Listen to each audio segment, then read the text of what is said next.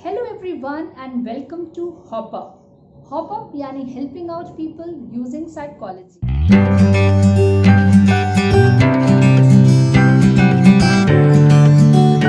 इस पैंडेमिक के चलते अचानक से क्लास 10th के एग्जाम्स कैंसिल कर दिए गए। सैकड़ों बच्चे और उनके पेरेंट्स इस कंफ्यूजन में हैं कि आखिर आगे स्ट्रीम ले तो कौन सी ले।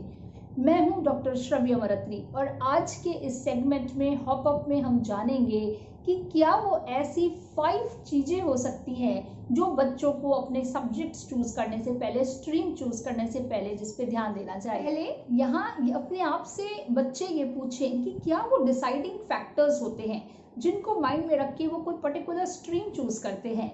पीयर प्रेशर एक बहुत ऐसा फैक्टर होता है जो बहुत इंपॉर्टेंट है माइंड में रखना। पेरेंट्स को भी ये इस चीज़ पे थोड़ा नज़र रखनी चाहिए कि कई बार बच्चे बोलते हैं कि मैम मेरी सारी फ्रेंड्स वो ले रही हैं, मेरे पूरा क्लास ग्रुप जो है वो साइंस ले रहा है तो मेरे को भी साइंस लेना चाहिए, या मेरी जो बेस्ट फ्रेंड है वो ह्यूमैनिटीज़ ले रही है तो मेरे को भी ह्यूमैनिटीज़ लेना चाहिए। ये बहुत इंपॉर्टेंट है कि ये डिसाइडिंग फैक्टर पीयर प्रेशर नहीं होना चाहिए। साथ ही पेरेंटल प्रेशर, पीयर प्रेशर के अलावा पेरेंटल प्रेशर एक ऐसी चीज़ है जो डिसाइडिंग पॉइंट होता है। पेरेंटल प्रेशर की जब हम बात करते हैं तो पेरेंट्स के अधूरे ख्वाब, यानी कि पेरेंट कुछ बनना चाहते थे, मान लीजिए आईआईटी करना चाहते थे, किसी कारण से उस टाइम नहीं कर पाए, वो चाहते हैं उनका बच्चा उनका ख्वाब पूरा करे। पेरेंटल गाइडेंस जरूरी है, पीयर गाइडेंस जरूरी है, बट नॉट प्रेशर। सबसे पहला फैक्टर होना चाहिए सेल्फ अवेयरनेस। हम बहुत सारी किताबें को जान सकते हैं, बहुत सारी चीज़ों का ज्ञान कर सकते हैं, पर अपने आप को जानना सबसे मुश्किल है। सेल्फ अवेयरनेस यानी कि आपके खुद के इंटरेस्ट क्या हैं। Do you really like a subject? क्या वाकई आपका वो सब्जेक्ट फेवरेट है? क्या आप उस सब्जेक्ट में कम मेहनत से आगे बढ़ सकते हैं? क्या किसी सब्जेक्ट को आप ग्रैस्प कर सकते हैं? क्या उस सब्जेक्ट से रिलेटेड नॉलेज आपको है? सब्जेक्ट से रिलेटेड नॉलेज यानी कि वो सब्जेक्ट आपको किस डायरेक्शन में ले जाएगा, वो आपको आगे क्या बनाएगा, आपका कौन सा प्रोफेशन चूज करने में हेल्प करेगा, ये जानना बहुत ज़रूरी है। किस चीज़ के लिए आप सेल्फ मोटिवेटेड रहते हैं, कौन सा ऐसा सब्जेक्ट है जिसकी बुक आप फटाफट उठाते हैं। Understand your emotional IQ, your emotional intelligence quotient. Mental जो IQ होती है, मेंटल इंटेलिजेंस क्वोशंट के अलावा एक इमोशनल इंटेलिजेंस क्वोशंट आपका क्या है, वो आपके लिए जानना बहुत ज़रूरी है before you choose any stream.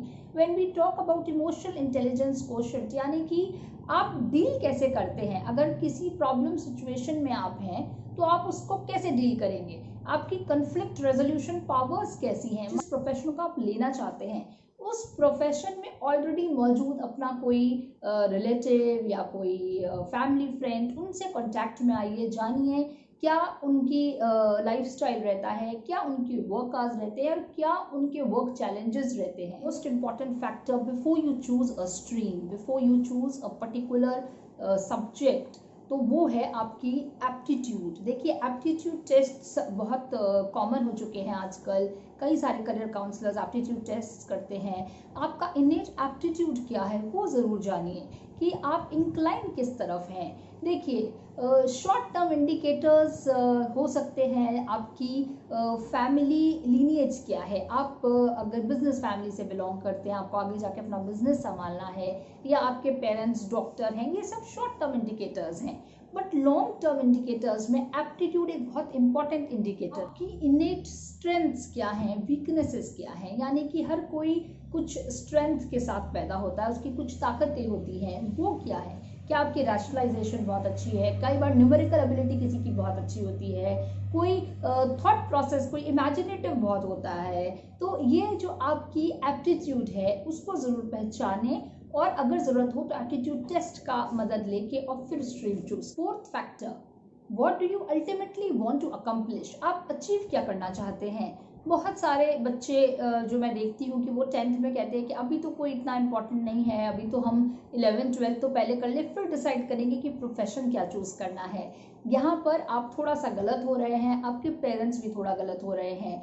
10th के बाद 11th में सब्जेक्ट्स चूज़ करना एक आपकी डायरेक्शन को चूज करने जैसा है कि आप किस तरफ जाएंगे। ये बिल्कुल उस तरीके से कि आपने एक ट्रेन का टिकट तो खरीद लिया बट वो अल्टीमेटली आपकी मंजिल नहीं है, तो फिर आप टाइम वेस्ट कर रहे हैं। आपकी ट्रेन का डेस्टिनेशन स्टेशन और आपकी टिकट का डेस्टिनेशन स्टेशन सेम होना चाहिए। तो क्लास 11th एंड 12th वही टिकट है कि आप किस तरफ जाएंगे, आप लाइफ किस डायरेक्शन में आपको लेके जाएगी।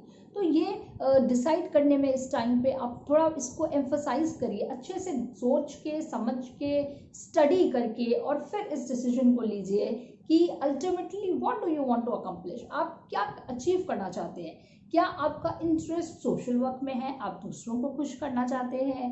क्या आपका इंटरेस्ट एक high paying white collar job है।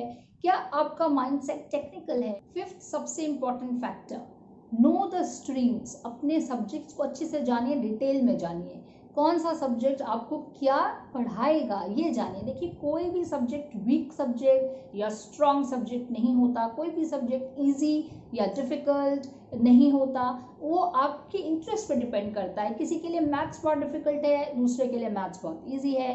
किसी के लिए इंग्लिश बहुत डिफिकल्ट है, दूसरे के लिए इंग्लिश बहुत इजी है। So there is no such thing like a easy subject और a difficult subject, is your interest that makes it कि आप किस स्ट्रीम आपको कहाँ लेके जाएगी, उसके क्या क्या सब्जेक्ट्स होंगे, साथ में सब्जेक्ट कॉम्बिनेशंस क्या होंगे। आजकल बहुत सारे अलग अलग सब्जेक्ट कॉम्बिनेशंस हैं, उनके बारे में डीप रिसर्च कर लीजिए, कौन सा सब्जेक्ट कॉम्बिनेशन आपको किस चीज़ में हेल्प करेगा।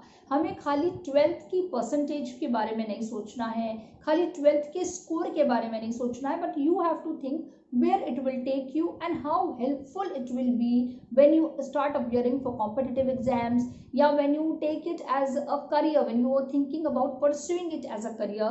तो कौन सा सब्जेक्ट आपको किस तरफ ले जाएगा और उस सब्जेक्ट से क्या क्या करियर अपॉर्चुनिटीज खुलते हैं, इसके बारे में इन डेप्थ स्टडी जरूर कर लीजिए। नॉट फॉलो द क्राउड, सब लोग जा रहे हैं, वो करियर आज से 10 years बाद कहाँ होगा उसके बारे में सोचिए। क्या उस करियर में इतनी अपॉर्चुनिटीज़ होंगे, क्या इतनी जॉब्स होंगी, क्या कॉलेजेस में उसको लेकर इतनी सीट्स होंगी, ये क्वेश्चन अपने आप से ज़रूर कर लीजिए। अपने बच्चे से एक छोटी सी एक्सरसाइज करवाइए घर में। आप उस बच्चे को बोलिए कि 2 minutes के लिए close your eyes and just see yourself at what position you want to be after 10 years, क्या अचीव करना चाहते हो, and what will be your real happiness, what is one thing that will give you your real happiness। उसके इस exercise को करके definitely आपको answer आपको भी मिलेगा और आपके बच्चे को भी मिलेगा। तो एक्चुअली आप अपने बच्चे से क्या अचीव कराना चाहते हैं ये इतना मैटर नहीं करता जितना ये मैटर करता है कि आपका बच्चा क्या अचीव करना चाहता है। उसको डायरेक्शन दिखाना आपका काम है, बट उस रास्ते पे चलना डेफिनेटली बच्चे का ही काम है। तो किसी इस प्रेशर में नहीं आइए कि मेरे रिलेटिव के बच्चों ने ये लिया तो मेरे बच्चे को भी यही लेना चाहिए, या आपने किसी को देखा कि उनका बच्चा बहुत अच्छा कर रहा है, बहुत हाई पेइंग जॉब में है, तो आपको भी उसको यही कराना है। या कोई बहुत पावरफुल है, किसी ऐसी पावरफुल पोस्ट पे है, तो ज़बरदस्ती आप भी अपने बच्चे को इसमें डालें, ऐसा नहीं करिए। अपने बच्चों से ओपनली डिस्कस करिए उनका रोल मॉडल कौन है। हर बच्चा किसी न किसी को फॉलो करना चाहता है, उसके जैसे बनना चाहता है। कई बार वो रोल मॉडल कोई डिस्टेंट रिलेटिव हो सकता है, फादर हो सकते हैं, मदर हो। आप ऐसे टाइम पे हेजिटेट मत करिए कि हम किसी से पूछेंगे तो वो क्या सोचेगा। ऑनलाइन करियर काउंसलर्स अवेलेबल हैं, इसके अलावा स्कूल्स में भी स्कूल काउंसलर्स होते हैं, उनसे हेल्प लीजिए।